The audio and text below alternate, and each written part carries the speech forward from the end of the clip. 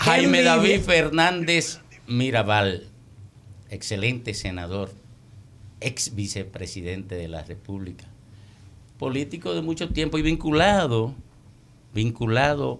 como militante a la defensa de los derechos de última generación. Ha sido el mejor ministro de Medio Ambiente. Después de eso no había ¿verdad? El ministro de Medio Ambiente también.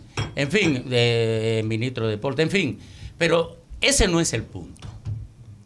El punto es, para un psiquiatra, ¿qué significa ese video? Buenos días, Jaime. Bueno, buenos días a ustedes, buenos días a todos los oyentes. Creo que me siento muy cómodo entre un grupo de personas bastante diverso y dedicado al pensamiento social. Ese video significa una catarsis, o sea, una manera de vivir. Excelente. Es el único video que yo he hecho para los que sufren. Porque anteriormente yo no uso redes sociales, yo no uso Twitter ni Instagram ni nada, solo uso mi estado de WhatsApp, porque ahí usted tiene los que están conectados a usted. Y entonces otras veces si me ruedo en una yagua, que es una cosa muy natural en el campo, la gente, bueno, se hace viral. O el caballito en el palo. Si promuevo el caballo de palo, más bien porque todo el mundo organizamos una cabalgata por la no violencia contra la mujer el primer sábado de junio. Y entonces la gente dice, guárdame un caballo. Y bueno, yo dije que le tenía uno ahí, porque era una respuesta a los que están en mi estado de WhatsApp. Y eso todo el mundo, bueno, genera mucha pro y contras, ¿verdad? Entonces lo hice sabiendo que iba a pasar lo que pasaba cuando me vieran bañándome en la lluvia, lo que hace todo el mundo en el campo. Pero al fin, cada uno tiene una interpretación, lo que le decía fuera de audio. La imagen es como en el arte, cada quien interpreta lo que le conviene y saca unas conclusiones, y he visto muchos análisis profundos respecto a cómo es una imagen política y otra imagen de sinvergüencería y otra imagen de naturaleza. Cada uno le da su interpretación. Lo importante, creo, es que hay que recordar que la República Dominicana es el único país de América Latina donde no hay manicomio. O sea, no hay un centro de estigmatización para las personas que tienen crisis de salud mental, sino que desde hace muchos años, desde que yo regresé de fuera en el 86 y ya después que fui senador, en el 90 hicimos una lucha grande para que no hubiese manicomio, sino que hubiera unidades de internamiento en los hospitales generales, como debe ser para cualquier enfermedad. Y la enfermedad mental no era otra. No es lo mismo que diga que yo estuve con una crisis de salud mental en el Moscoso Puello, que digan que me mandaron al 28. Ahí está estigmatizado. Nosotros logramos transformar aquello en un centro de rehabilitación psicosocial para los que ya no tenían familia, estaban ahí, pero hicimos un parque que, por cierto, se llama La Folie, que quiere decir la locura, el parque alrededor de los pocos que no habían invadido. Y entonces yo creo que hago uso de ese derecho de saber que no me van a enviar al manicomio porque no existe. Así que, pero hay por eso me muevo, y a veces escucho a tanta gente, inclusive en nuestra clase política, decir un disparate que yo digo, debe agradecerme la lucha que no haya el manicomio, porque si no estuviese allí. Sí, don Jaime, definitivamente. La realidad es que yo lo hago porque esa es la naturaleza, pero tal vez todos dicen que uno vuelve a niño, tal vez es un poco la niñez. A mí me daba amigdalitis cuando me bañaba en la lluvia cuando pequeño y mi mamá no me dejaba. Tal vez un poco estoy volviendo ahí. Normalmente a mí me gustaba, cuando mis hijos estaban pequeños, ir a los parques de caballitos, de diversiones. Y yo me montaba en la estrella y los caballitos por ellos, pero realmente era porque a mí me gustaba. O sea, el niño que todos... La fiesta de San Antonio de Tenares. Los sentimientos de la infancia nunca se borran. Nunca se borran. Y además, esa es la naturaleza. Lo raro es que yo hago tantas otras cosas como sembrar, y no se hace tendencia sembrar. Yo permanentemente defender recursos naturales importantes. Defender los derechos de las personas, ¿verdad? Que están privadas de libertad, defender los derechos de las personas con discapacidad, y en muchísimos aspectos. Y eso no sale. Por tanto, deberíamos cuestionar una sociedad que tal vez le gustan más las cosas que generan. No se hizo tendencia que usted estuviera con la alcaldesa en una firma de convenio con China. Eso no se hace tendencia, más el aguacero. Ni sí. los humedales de los Ni los humedales. Don ni Jaime. el cachón de la rubia. Don Se Jaime. hace muchísima tendencia de otras cosas. Finalmente es lo que a la gente le gusta, el mercado. Yo conozco comunicadores que escribían de cine muy buenos, de literatura muy bien, y nadie los leía. Desde que se dedicaron a decir malas palabras, todo el mundo los escucha. Ya Entonces, sabes. bueno, también tenemos un mercado que requiere ese tipo de cosas. Y eso es delicado. O sea, es parte tal vez de una sociedad que cambia, que le gustan los mensajes cortos, que lo que quieren es... la crudeza. Sí, la cosa sin mucha significación. Pero justamente, don Jaime, aprovechar que estamos hablando de este tema de salud mental. El COVID justamente nos ha hecho repensarnos y nos ha hecho replantearnos temas, y uno de esos temas es la salud mental. ¿Cuál sería su valoración, justamente porque usted es un estudioso del tema? ¿Qué política pública debiese tener el gobierno en este momento a raíz del COVID con la salud mental? Mire, para que no parezca la crítica, creo que lo primero que hay que decir que son muchas las consecuencias que tiene a nivel de la conducta humana el encierro. Que hay que recordar que estamos cambiando desde que el mundo es mundo, como dice el ser humano, y mucho más los latinos, los mediterráneos, los caribeños, tenemos un estilo demasiado cercano, demasiado abierto, y de ahí a tener que encerrarnos. Eso es como cambiarte el chip de tu propia cultura, de tus propias raíces. Y eso tiene unas consecuencias. Solo hay que leer un libro de García Márquez que se llama Miguel Litín, Clandestino en Chile, y ver lo difícil que le fue adaptarse a un nombre nuevo. O aquí, gente que tuvo que usar nombre en la clandestinidad, para en la dictadura y todo, tener que cambiarse, adaptarse a un nuevo nombre, como hacen las instituciones, que te llaman el Cabo Pérez, tú eres el Pérez, y de ahí en adelante él se llamaba Tony. Pero entonces, lógicamente, las instituciones tienden a sustituir en ese momento de debilidad de su propio yo, a sustituir con los valores. En los manicomios te llaman el preso, el de la celda tal. O sea, las instituciones totales tienden a debilitarte. Pues así está el encierro. No hay cosa más dañina para la salud mental que la incertidumbre, el no saber qué va a pasar. Y el segundo es el encierro. O sea, eso, estar aislado, el contexto, por eso la tortura te hacen aislamiento, o sea, porque destruirte tu propio yo. Frente a esa situación, creo que lo que debería haber es una gran campaña de promoción de estilos de vida saludables, o sea, paralelo a la necesidad y a la responsabilidad de vacunarse, o de cuidarse, o de protegerse con la mascarilla, o evitar las aglomeraciones. Debería haber programas de promoción de estilos de vida saludables, como usted mantener espacios abiertos, aireados, con mucha luz, conversación permanente, porque es la oportunidad de las familias volverse a reencontrar. Ya tal vez no tanto, sino tuvimos en el encierro peor. Creo que hace mucha falta más promoción, por eso el índice de suicidio ha aumentado muchísimo, el índice de violencia, especialmente contra las mujeres, es muchísimo. Sí, porque la depresión es el primer síntoma de un suicidio, es el problema de las personas que se deprimen, que tienden a suicidarse porque ven como única salida, ya sienten una pérdida de valor por la vida.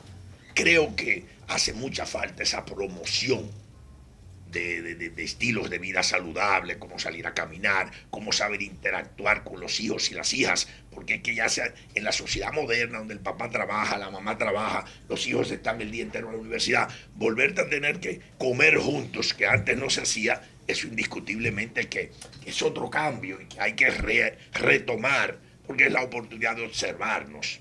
Por ejemplo, nosotros en la provincia de Hermanas Mirabal tenemos un programa de una educadora o educador que va a la escuela, en los tiempos en que no hay pandemia, en el recreo, a observar el recreo.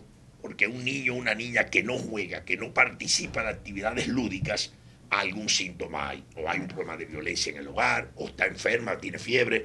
Entonces, esa persona debe investigar qué está pasando. Y además, luego el director le da una lista de los que no fueron a las 10 de la mañana después del recreo para visitar los hogares. ¿Por qué no fueron? Es para decirte una política de acción comunitaria, de trabajo. Asimismo debe pasar en la salud mental, en la salud en general. O sea, no es que la gente vaya a los servicios de salud, es que los servicios de salud deben ir a toda la población. Y eso creo que es un punto que deberíamos abordar dentro de tantos problemas que tiene un gobierno, que no es un momento fácil, esa es la verdad. Tú sabes que el hecho de ser un psiquiatra, que tiene encima todo el peso de la historia familiar y que además acumula la experiencia del ejercicio gubernamental y tener todavía la juventud encima, te crea condiciones para tú poder evaluar con la serenidad los momentos políticos, no solo lo de tu condición de médico pensando en los pacientes, sino viendo el país. Ahora mismo, en tu función de ser un hombre de experiencia de Estado, de formación profesional y marcado por el compromiso que representa la herencia familiar, ¿cómo tú ves la situación actual? ¿Hay un temor de que esto tiende a descomponerse? ¿De que es posible recuperarlo? ¿De que aquí hace falta un espíritu de cooperación que propicie encauzar a la gente por los caminos de la superación? Hay otros que creen que esto es para igualar al pasado que se critica. ¿Cómo tú ves la situación actual? ¿Qué tú crees que debía ser la guía oficial del gobierno al tratar el estado actual del país? Mira, yo vi una película recientemente y al joven le preguntaba ¿cómo está? Y él decía una pregunta muy complicada de responder. Pues así, hacer un análisis tan rápido en el tiempo no es tan fácil, pero trato de decirte que el momento es muy delicado. O sea, no quiero yo verme en las botas cuerpo del presidente Abinader, que me parece que tiene buenas intenciones de hacer cosas, pero me lucen muy fragmentados.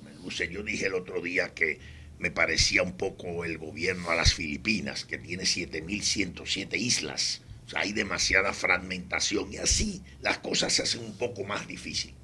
Se hace más difícil porque cuando tú tienes que estar tapando huecos, y hay que entender que en el gobierno, yo pienso, llegó una necesidad que la población tenía de ver caras nuevas, de cambiar. Uno puede preguntar para qué cambiar o no cambiar, pero bueno, cada quien tenía sus razones de querer cambiar y votó por una nueva propuesta. Pero el momento, agarrar en una pandemia donde la economía se cae más de un 7%, o sea, se desploma, pero es en el mundo, lógicamente, eso te puede ayudar porque los créditos aparecen y todo, pero eso tendrá unas consecuencias. Yo creo que el presidente intenta hacer cosas, pero la fragmentación lo debilita y eso un poco me preocupa, que pudiéramos tener unas buenas perspectivas hacia el futuro, pero apostemos a las buenas perspectivas. O sea, yo nunca voy a ser imparcial, estoy haciendo un análisis, pero soy un político de otro partido que estuvo en el gobierno, pero creo que todos deberíamos apostar a recuperar el sentido de pertenencia colectiva. Como dices tú, ¿qué podemos hacer? Plantearnos entre todos. Aunque el momento está difícil, porque esto es como el que limpia un pozo séptico. Algunos chiguetazos te caen. Claro. Lo importante es salir de ahí y ver cómo te bañas. O esto es como cuando la guerra de Vietnam, negociando en París y tirando bomba en Vietnam, porque cada quien lo ve desde el punto de vista. La oposición dice, bueno, nos están atacando, y el otro dice, bueno, es un periodo difícil y el gobierno tiene que gobernar y hay un problema de lucha por espacios. Dentro de todas esas variables que hay, creo que un poco cohesionar las medidas del gobierno alrededor de que no estemos pensando como islas en el propio gobierno sería un buen paso que pudiéramos dar. Jaime David, hablemos de tu Partido de la Liberación Dominicana, justamente en momentos en que esta organización política se encuentra en un proceso de reestructuración o dinamización y que su líder, Danilo Medina, advierte que en el 2024 volverá al poder. Bueno, lo primero que tenemos que saber es que hay una corriente mundial del neoliberalismo, de destruir todo vestigio de organización social. la política es la acción colectiva más importante para producir cambios. Y por una parte, los que no quieren cambios, que la cosa siga igual, te dicen que la política es sucia, por lo tanto desacreditan a la política y también a los políticos, que cada uno pueda tener. En este momento creo que el papel del Partido de la Liberación Dominicana es resistir a la andanada de ataques, porque el objetivo es destruir al PLD, no ahora, eso viene ya hace un tiempo. Como en América Latina destruyeron a todos los partidos formados bajo ciertas ideologías desde los años 30, el único partido que sobrevivió es el Partido Justicialista de Argentina, los peronistas, porque ahí hay desde ultraderecha hasta ultraizquierda, ahí están todos juntos, pero han resistido porque tienen la unidad en la diversidad. Yo creo que el PLD en este momento tiene que resistir, fortalecerse a todo eso, a sabiendas de que hoy no es un buen momento de diferenciarnos, tú eres medio bellaco y yo no, porque al fin y al cabo esto es como un equipo de béisbol, salvando que es un tema ideológico, donde hay gente que se puya, en los equipos de béisbol se pone esteroides, otros no. Hay años en que no me gusta el consejo de dirección de las Águilas o que le echo maldiciones a Alan Payar, pero seguimos siendo aguiluchos. Entonces, en el momento yo creo que hay que seguir siendo PLDista. Para mí el triunfo sobre el neoliberalismo es mantener la fuerza del Partido de la Liberación Dominicana, que en un momento determinado todos tenemos muchas condiciones en el PLD, pero a veces hay gente que se ha creído por encima del PLD. Y hay que recordar que el PLD es el único partido que es capaz de tomar a dos jóvenes de formación, pero sin apellido sonoro, sin recursos, y hacerlo presidente a los dos. Hablas de Leonel Fernández y Danilo Medina. Y los dos lo hicieron bastante bien. Es el único partido que toma a gente sin ninguna fuerza económica, las hizo senadores y diputados y síndicos, gobernadores. Sin embargo, hay mucha gente que cree que fueron ellos que salieron. No se dan cuenta que eso no es así, pero bueno, la condición humana permite de todo. Yo creo que en este momento el PLD tiene que resistir como espíritu de cuerpo, a sabiendas de que hay la unidad en la diversidad, que hay de todo en la viña del Señor, y en el PLD somos diferentes.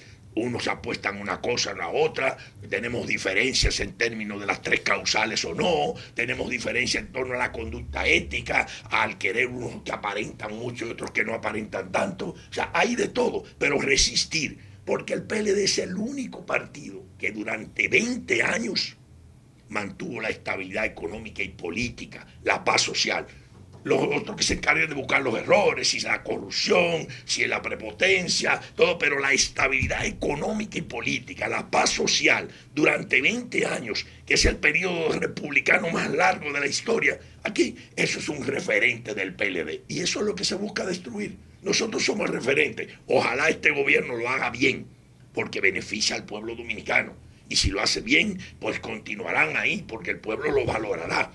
Pero si no, el referente somos nosotros. Esa es la verdad. Jaime, volviendo sobre la vacuna, la experiencia como médico y una persona que investiga y que está al día en esta complicada situación, ¿se va a resolver este problema del COVID con la vacuna y en el mediano plazo?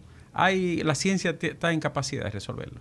Bueno, creo que resolver como tal, que tal vez desaparezca como la polio, no será posible. O sea, pero de que sí reducir los riesgos de un colapso del sistema sanitario, pienso que vamos hacia eso. O sea, aunque haya este pico por la irresponsabilidad ciudadana principalmente, porque creo que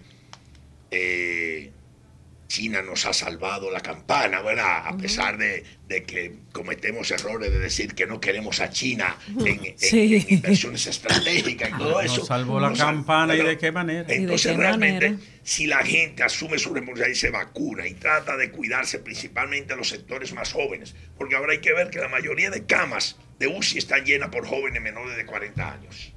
Y entonces eso es un riesgo. ¿Qué significa eso? Podemos colapsar por una actitud de irresponsabilidad de la juventud. O sea, que yo siento que sí, siempre aparecerán uno que otro, porque recuerden que esto es un virus como una gripe.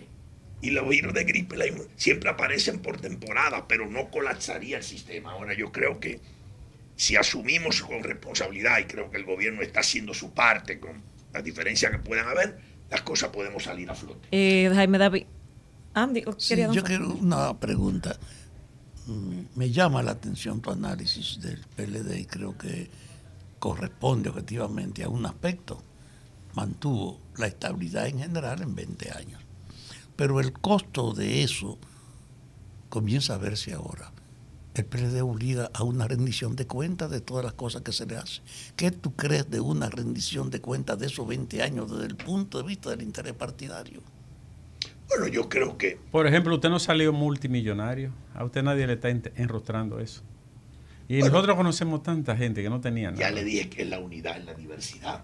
Ese no es el mente que yo puedo decir, bueno, pero él nació rico, por eso es que no tuvo necesidad de... No, de pero usted tampoco nació riquísimo. Pero déjeme decirle, la realidad es que, vuelvo y le digo, ahora la línea es judicializar la política. O sea, todo el mundo ahí, a Evo Morales lo persiguieron, y a Lula, todo el que puede construir un espacio, porque hay siempre funcionarios que meten la mano.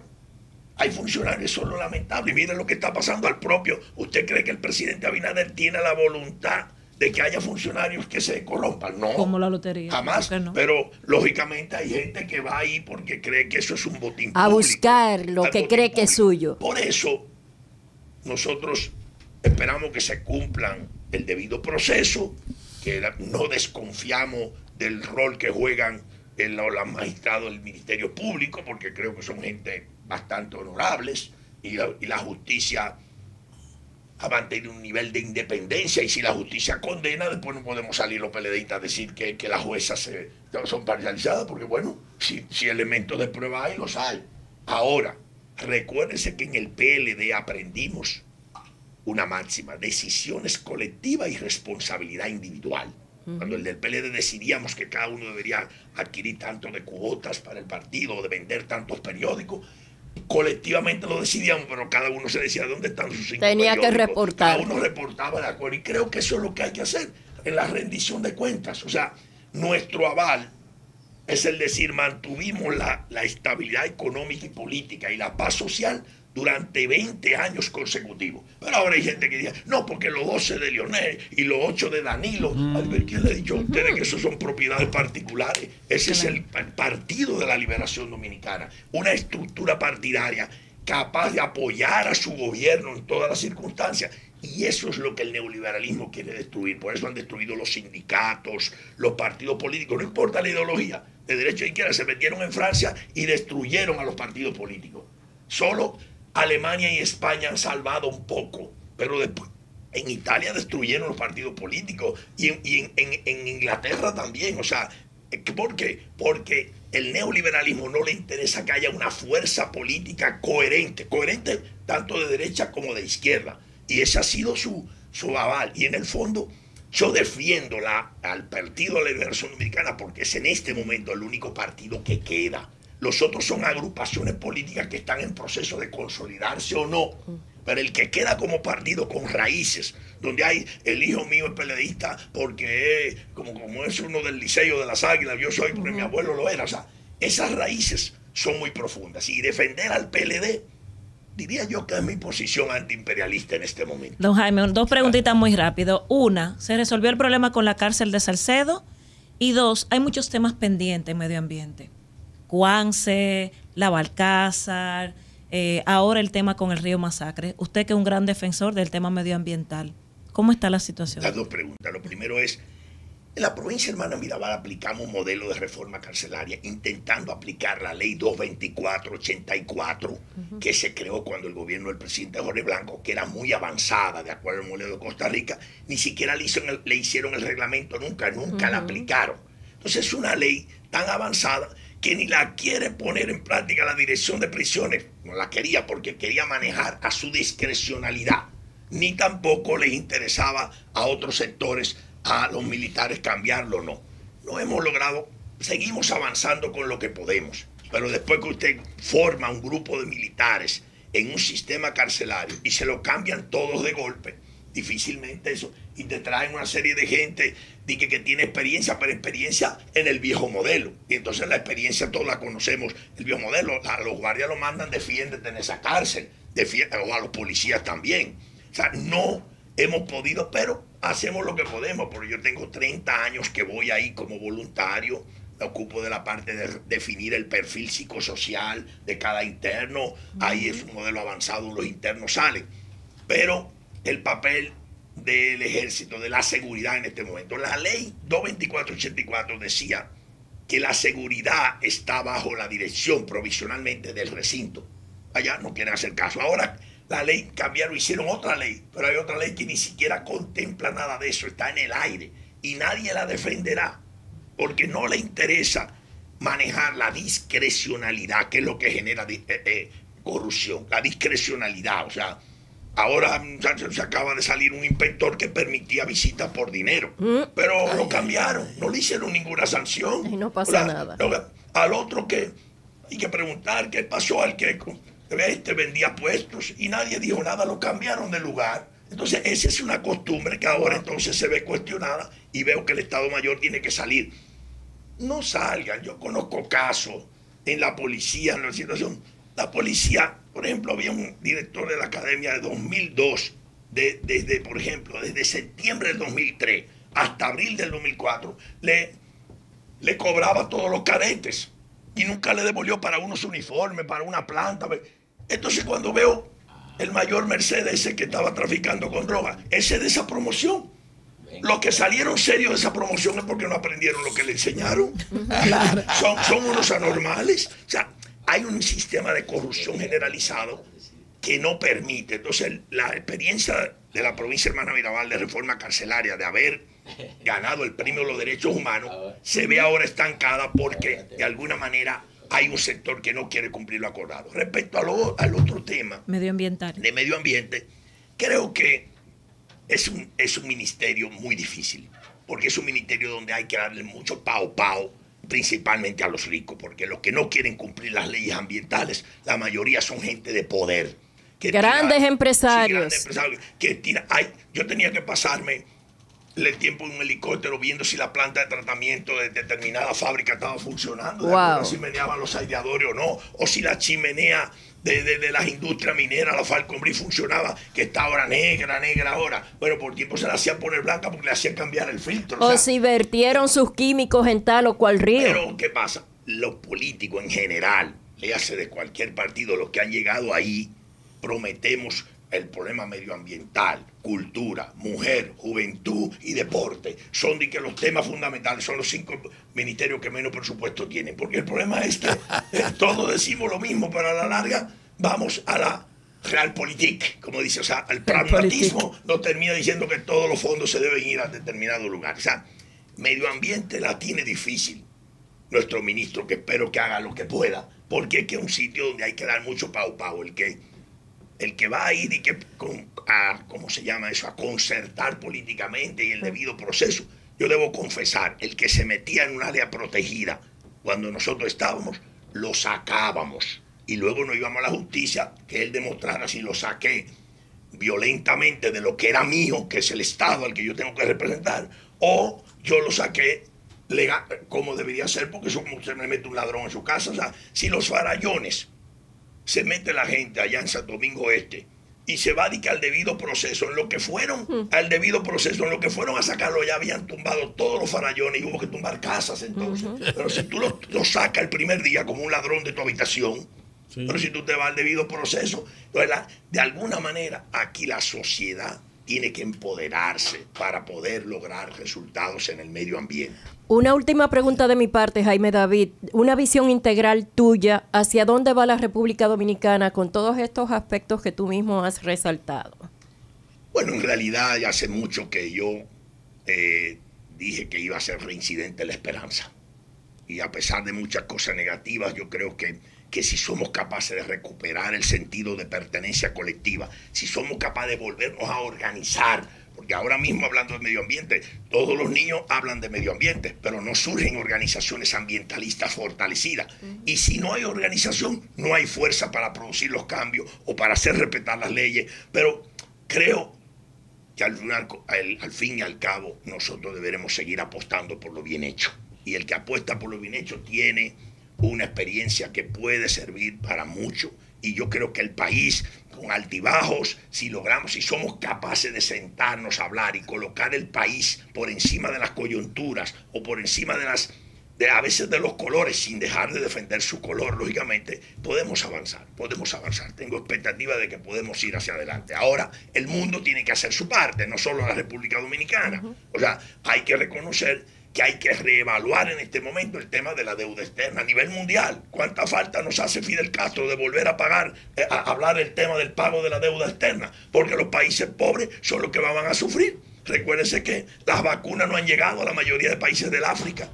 Y eso de alguna manera es grave. Si no somos capaces de asumir la solidaridad, o sea, como se dice, la globalización de la solidaridad, es necesario en este momento. Gracias, Jaime. Muchísimas gracias por este conversatorio interesante. Sigue haciendo video antitóxico. Me encantó Reincidente en la Esperanza. Bueno, muchas gracias a ustedes y gracias a todos los oyentes. Gracias, Jaime.